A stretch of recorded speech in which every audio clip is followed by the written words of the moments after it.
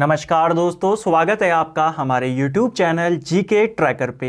देखिए, यूकेपीएससी ने आज 12 दिसंबर को एक एग्जाम कंडक्ट करवाया लोअर पीसीएस का प्री, जिसके अंदर आपके 150 क्वेश्चन पूछे गए थे।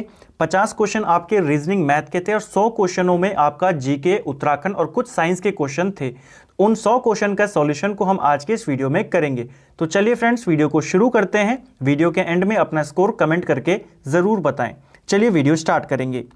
पहला प्रश्न है, उत्तराखंड में निम्न में से किस स्थान पर प्राचीन शिलालेख मिला था? सही आंसर है ऑप्शन सी, कालसी में मिला था अशोक का शिलालेख। दूसरा प्रश्न है, कुमाऊं राज्य के चंद्रवंश का अंतिम शासक कौन था? देखिए, चंद्रवंश का अंतिम राजा था महेंद्र चंद। ऑप्शन बी इसका सही आंसर होगा। नेक्स्ट है, गूंठ भूमि का अर्थ क्या होता है? गूंठ भूमि का अर्थ होता है मंदिरों को जो भूमि दी जाती थी उसी को गूंठ भूमि कहा जाता था। नेक्स्ट है, हिमालयन डिस्ट्रिक्ट के लेखक कौन थे? सही आंसर है एटकिंसन जो हैं ये हिमालयन डिस्ट्रिक्ट का लेखक है। उत्तराखंड शासन की वीर चंद्र सिंह गढ़वाली योजना निम्न में से किस क्षेत्र से संबंधित है? सही आंसर है यह योजना पर्यटन से संबंधित है। ठीक है। उत्तराखंड आर्थिक सर्वेक्षण 2018-19 के अनुसार उत्तराखंड के निम्न में से किस जनपद की प्रति व्यक्ति आय 2016-17 में सर्वाधिक रही थी? तो 2016-17 में जो सर्वाधिक प्रति व्यक्ति आय थी वो हरिद्वार की थी। ऑप्शन सी इसका सही आंसर होगा। नेक्स्ट है, निम्नलिखित में से कौन सा युग्म आपने बताना है सही सुमेलित नहीं है? राइट आंसर होगा यहां पे ऑप्शन सी, कौसानी जो है ये पिथौरागढ़ में नहीं बागेश्वर में है। भौगोलिक क्षेत्रफल की दृष्टि से उत्तराखंड राज्य भारतीय राज्यों में किस स्थान पर है? तो यहां पे जो राइट आंसर है वो है ऑप्शन ए, 19वां राज्य है भारत का। ठीक है।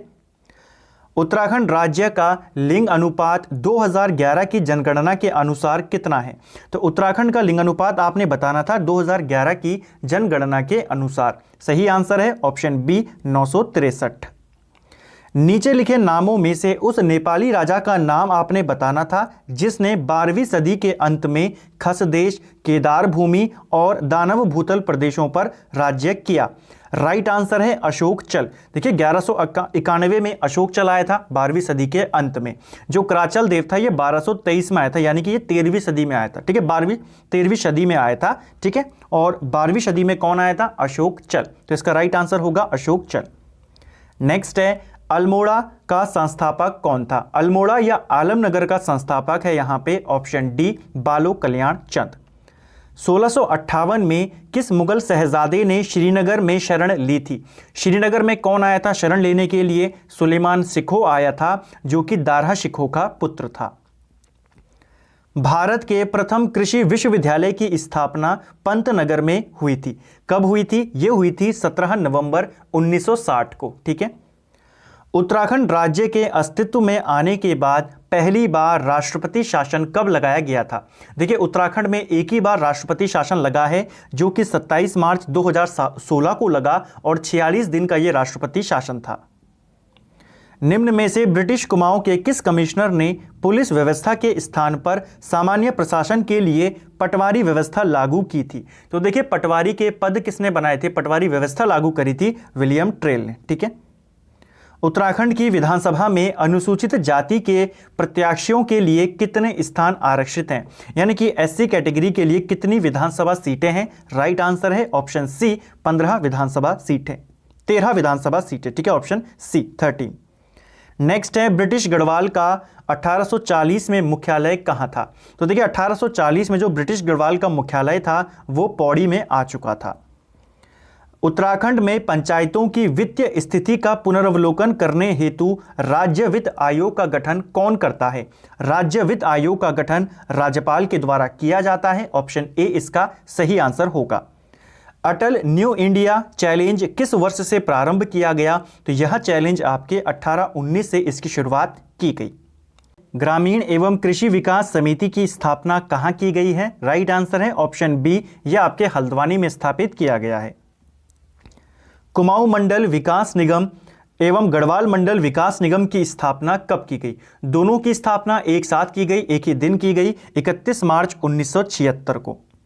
2011 की जनगणना के अनुसार उत्तराखंड राज्य की कुल जनसंख्या में अनुसूचित जाति का प्रतिशत कितना है। उत्तराखंड की जो टोटल जनसंख्या है उसमें आपने एससी की परसेंटेज बतानी थी, कितनी है। राइट आंसर होगा यहां पे ऑप्शन बी 18.76%।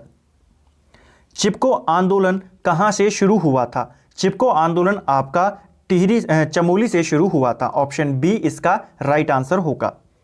उत्तराखंड में सर्वाधिक और न्यूनतम जनसंख्या वाले जनपद कौन से हैं। तो जनसंख्या से काफी क्वेश्चन पूछे गए थे, चाहे वो उत्तराखंड के जनसंख्या के आंकड़े हो या भारत के हों, दोनों से ही प्रश्न यहां पे पूछे गए।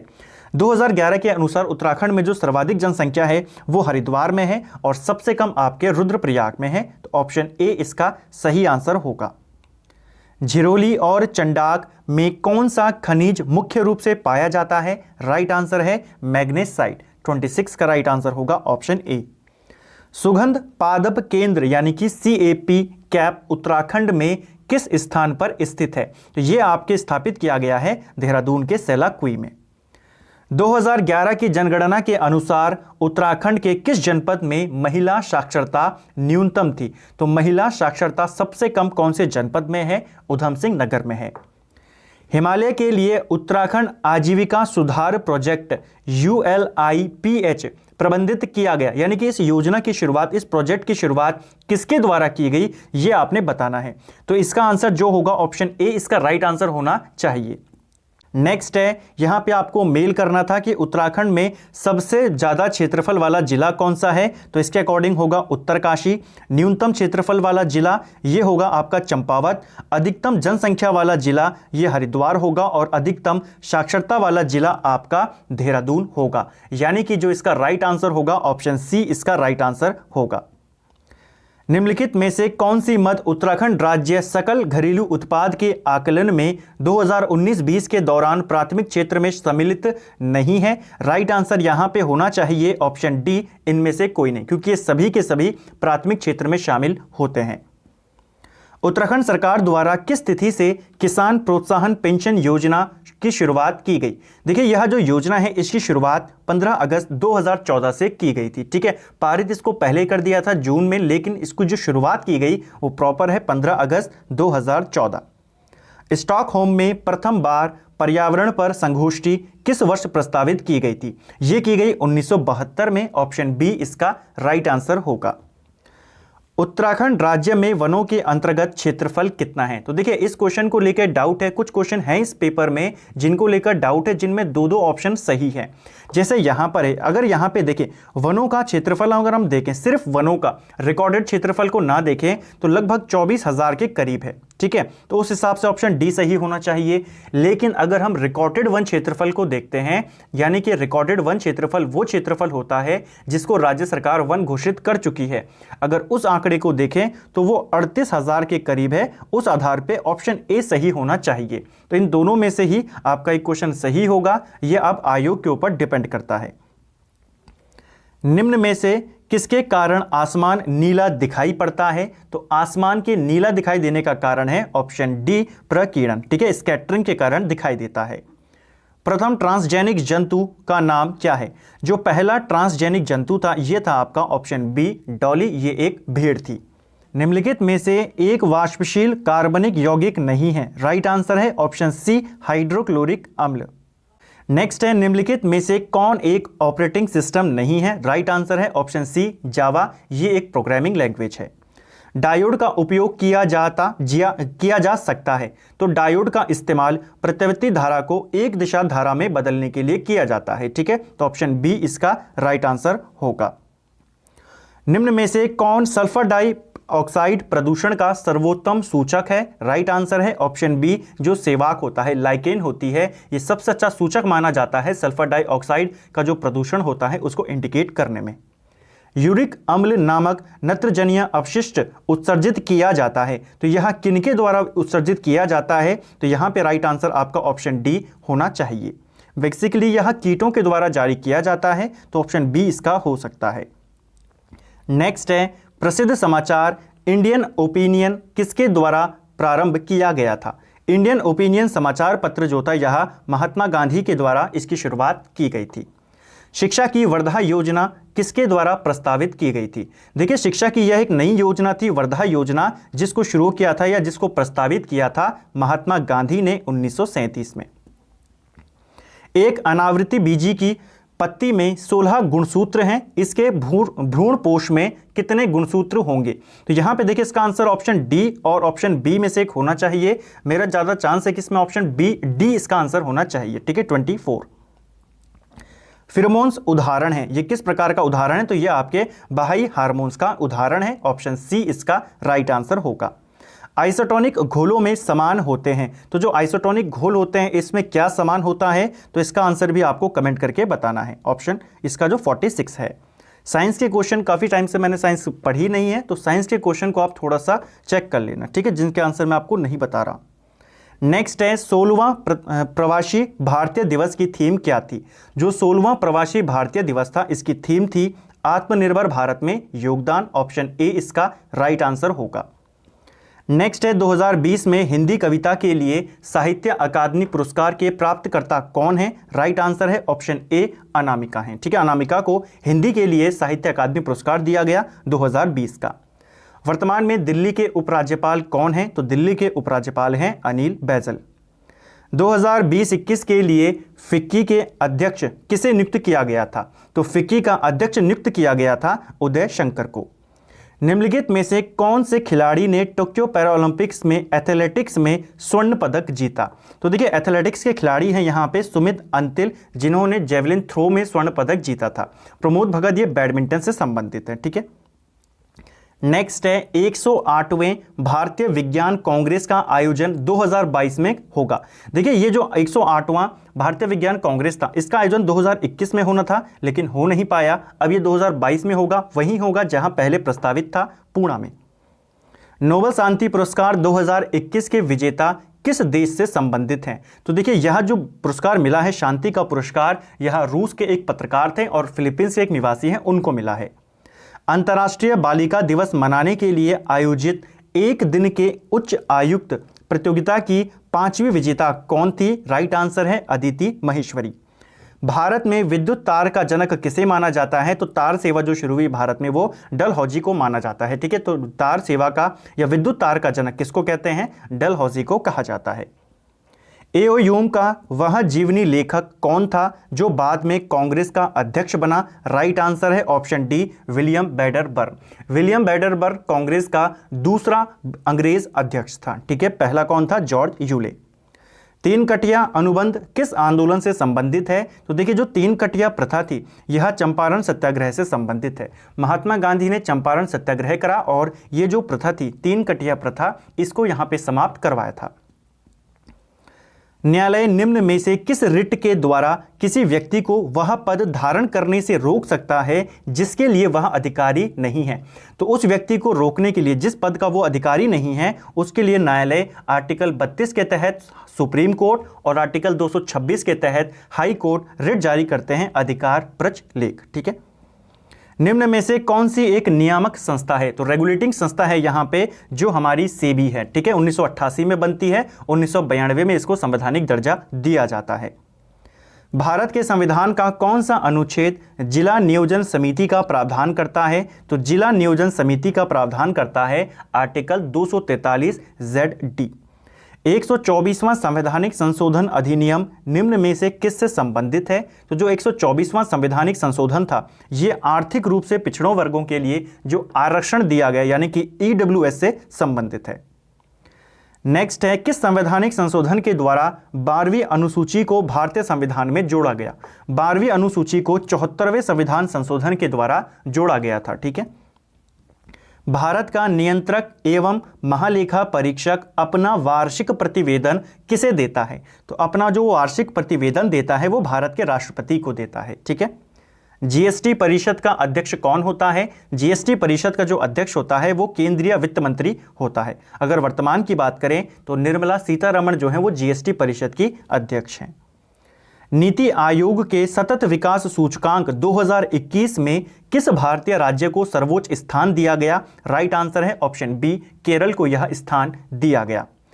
दुनिया का सबसे ऊंचा थिएटर अगस्त 2021 में कहां शुरू किया गया? तो करंट अफेयर का क्वेश्चन है, बिल्कुल लेटेस्ट करंट अफेयर का। यह थिएटर लद्दाख में स्थापित किया गया।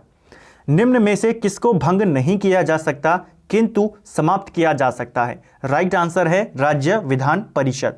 विधान परिषद को भी आप भंग नहीं कर सकते, लेकिन आप इसको खत्म कर सकते हैं। ठीक है, नेक्स्ट है, फसल वर्ष 2020-21 के लिए भारत में राष्ट्रीय स्तर पर खाद्यान्न उत्पादन लक्ष्य क्या था? तो 2020-21 के लिए जो खाद्यान्न उत्पादन लक्ष्य था, यह था आपका 301 मिलियन टन। ऑप्शन ए इसका सही आंसर होगा।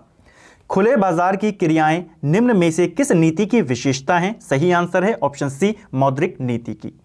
राष्ट्रीय खाद्य सुरक्षा मिशन कब शुरू किया गया था? तो यह मिशन आपका 2007-8 में इसकी शुरुआत की गई थी। ठीक है, तेंदुलकर प्रविधि की आधार पर वर्ष 2011-12 के लिए भारत की गरीबी दर क्या थी? तो भारत की गरीबी दर थी 21.92%। निम्न में से सर्वोत्तम श्रेणी का कोयला कौन सा है? तो इनमें से आपने बताना है सर्वोत्तम श्रेणी का कोयला। राइट आंसर होगा ऑप्शन सी एंथ्रेसाइट।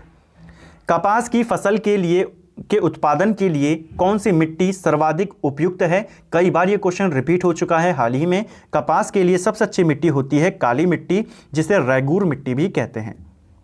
2011 के अनुसार भारत की साक्षरता दर क्या थी? भारत की साक्षरता दर थी 74.04%। मुख्य केंद्रीय क्षेप पृथक करता है, तो ये किसको अलग करता है? ये आपका जो वृहद हिमालय है और शिवालिक लघु हिमालय है, ठीक है, इन दोनों को आपस में अलग करता है। ठीक है, नेक्स्ट है आपका, निम्न में से कौन सी संवैधानिक संस्था है? संवैधानिक संस्था का अर्थ है कि इनमें से किस संस्था का उल्लेख संविधान में किया गया है? राइट आंसर है जो भारत का निर्वाचन आयोग है। ठीक है, इलेक्शन कमीशन के बारे में संविधान में उल्लेख किया गया है। सरकारिया आयोग का मुख्य कार्य क्या था? देखिए, सरकारिया आयोग बनाया गया था और इसको इसीलिए बनाया गया था कि ये केंद्र और राज्य संबंधों को पुनर्निरीक्षण कर सके, यानी कि केंद्र और राज्य के बीच जो शक्तियों का बंटवारा होगा उसकी समीक्षा के लिए इस आयोग को बनाया गया था। ठीक है, यूएनडीपी की मानव विकास रिपोर्ट 2020 के अनुसार विश्व में भारत का मानव विकास सूचकांक में क्या नंबर था? तो भारत 131वें नंबर पर है। ऑप्शन डी इसका राइट आंसर होगा। नेक्स्ट है, निम्न में से कौन सा जोड़ा सही नहीं है? तो देखिए, इस क्वेश्चन को लेके थोड़ा सा डाउट है, क्योंकि यहां पे जो ऑप्शन बी और सी हैं इनके ऑप्शन में दिक्कत है। जो आपका कुमाऊं हिमालय है ये काली और सतलज नदी के बीच में आता है, यमुना के बीच में नहीं आता। ठीक है, काली और सतलज। और जो नेपाल है आपका, ये काली और तिस्ता के बीच में आता है। तो ऑप्शन बी और सी यहाँ पे दोनों इसके राइट आंसर हैं। अब देखना है आयोग इसमें क्या मानता है, इसको या फिर उसको करेक्शन करना होगा। नेक्स्ट है, निम्न दर्रों को पश्चिम से पूर्व के क्रम में व्यवस्थित करना है। तो पश्चिम से पूर्व की ओर आपने लगाना है। देखिए, जो जोजिला दर्रा है जम्मू कश्मीर में है, सबसे पहले ये आएगा। फिर आएगा आपका हिमाचल प्रदेश का शिपकिला दर्रा, फिर आएगा उत्तराखंड का मुलिंगला दर्रा, फिर चौथे नंबर पे आपका आएगा सिक्किम का जिलेपला, और फिर आएगा अरुणाचल प्रदेश का बोमडिला दर्रा। तो इस आधार पर देखें ऑप्शन डी इसका राइट आंसर होगा। निम्न में से कौन सी दक्षिण भारत की सबसे ऊंची चोटी है? दक्षिण भारत की सबसे ऊंची चोटी है अनाईमुदी। उत्तराखंड राज्य की सबसे ऊंची पर्वत चोटी कौन सी है? तो नंदा देवी यहां पे सर्वोच्च चोटी है। उत्तराखंड राज्य में निम्नलिखित में से किस जिले का भौगोलिक क्षेत्रफल सबसे अधिक है? तो निम्नलिखित में से आपने बताना था कि सबसे बड़ा कौन है, तो इनमें सबसे बड़ा है उत्तरकाशी। अलकनंदा की कौन सी सहायक नदी कर्णप्रयाग में मिलती है? तो कर्णप्रयाग में मिलती है कर्णगंगा, यानी कि पिंडर नदी। हिमालयन फ्रंटियर थ्रस्ट कहाँ स्थित है? तो जो हिमालयन फ्रंटियर थ्रस्ट है ये आपके गंगा के मैदान और शिवालिक क्षेत्र के मध्य में स्थित है। 2011 की जनगणना के आधार पर निम्नलिखित जिलों को जनसंख्या के आधार पर आपने लगाना था। ठीक है, जनसंख्या को लेकर काफी सारे क्वेश्चन यहां पे पूछे गए। तो जनसंख्या के बढ़ते हुए क्रम में, यानी कि सबसे कम जनसंख्या कहां है, पहले उसको लगाना था। राइट आंसर होगा ऑप्शन सी 3, 4, 2, 1। 2001-2011 के दशक में उत्तराखंड में जनसंख्या वृद्धि दर क्या रही थी? तो 18.81 यहाँ पे रही थी उत्तराखंड की जनसंख्या वृद्धि दर, लेकिन जो नियरेस्ट है उसका वो है 19.17%। तो इसका आंसर यही होना चाहिए। उत्तराखंड में सर्वाधिक नगरीकृत जिला कौन सा है? राइट आंसर है ऑप्शन ए देहरादून। माता टीला बहुउद्देशीय परियोजना निम्न में से किस नदी पर है? तो यह आपकी बेतवा नदी पर है। किस नदी के मुहाने पर एलियाबेट द्वीप स्थित है? तो यह नर्मदा नदी के मुहाने पर है। जनगणना 2011 के अनुसार भारत में प्रति 1000 पुरुष महिलाओं की संख्या कितनी थी? 1000 पुरुषों पर महिलाओं की संख्या थी 943। 943 ऑप्शन में है नहीं, तो इसके जो नियरेस्ट है 940।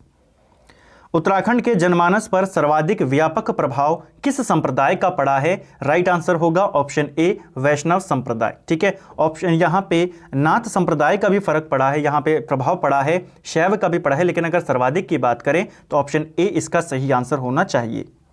निम्न में से कौन एक लोक गाथा नहीं है? राइट आंसर है हारुल। हारुल एक नृत्य है। किस जनपद में हिल यात्रा लोक नाट्य का आयोजन होता है? हिल यात्रा कहाँ मनाई जाती है? पिथौरागढ़ में। उत्तराखंड में निम्न स्थानों में से कहाँ दुर्योधन और कर्ण की पूजा की जाती है? तो दुर्योधन और कर्ण की पूजा उत्तरकाशी के नेटवाड़ में की जाती है। नेक्स्ट है, किस जाति की गणना हिमालय के प्रागैतिहासिक जातियों में नहीं की जाती? अगर यहाँ पे राइट आंसर की बात करें तो ऑप्शन सी और डी में से यहाँ पे कंफ्यूजन है, इनमें से एक का होना चाहिए। ठीक है, तो इसको देख लेना, ऑप्शन आप कमेंट करना कि क्या होना चाहिए। मेरे अकॉर्डिंग यहाँ पे इन दोनों में से ही डाउट है, इन दोनों में डाउट है। ठीक है, सी और डी में।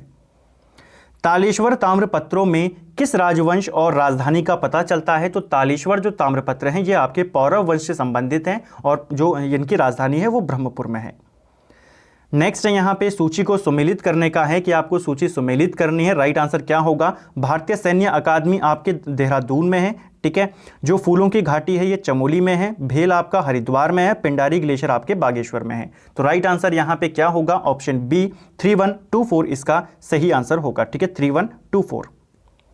नेक्स्ट है, निम्नलिखित में से ब्राह्मणों की कौन सी उपजाति स्थान के नाम पर आधारित नहीं है? अगर हम इसकी बात करें तो राइट आंसर यहाँ पे ऑप्शन बी छिमवाल हो सकता है। हालांकि डाउट है कि किसका आंसर होना चाहिए, लेकिन मेरे अकॉर्डिंग यहाँ पे ऑप्शन बी आंसर होना चाहिए।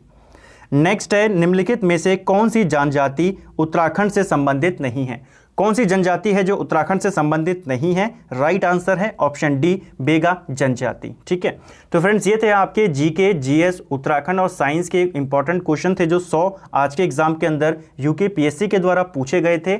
उम्मीद करता हूं आपने वीडियो को देखा होगा पूरा और अपने क्वेश्चन को यहाँ पे आपने मैच किया होगा। कितने आपके स्कोर यहाँ पे बन रहे हैं कमेंट करके ज़रूर बताएं। ये 100 क्वेश्चन थे, पेपर में पूरे आपके 150 क्वेश्चन हैं, लेकिन ये रीजनिंग और मैथ्स के क्वेश्चन हैं। ठीक है, रीजनिंग के क्वेश्चन है, मैथ्स के क्वेश्चन है, तो इनको सॉल्यूशन करके कोई फायदा ज़्यादा है नहीं है। रीजनिंग के क्वेश्चन अगर आप कमेंट करते हैं कि रीजनिंग का भी सॉल्यूशन अगर करना है तो आप कमेंट करके बता देना, मैं रीजनिंग के जो क्वेश्चन है उनका सॉल्यूशन आपको बता दूंगा। अगर आपको ये वीडियो पसंद आया है तो वीडियो को लाइक करें, अपने दोस्तों के साथ शेयर करें, चैनल पे नए हैं तो चैनल को सब्सक्राइब करें और साथ ही अपना स्कोर कमेंट करके ज़रूर बताएं। Thank you friends.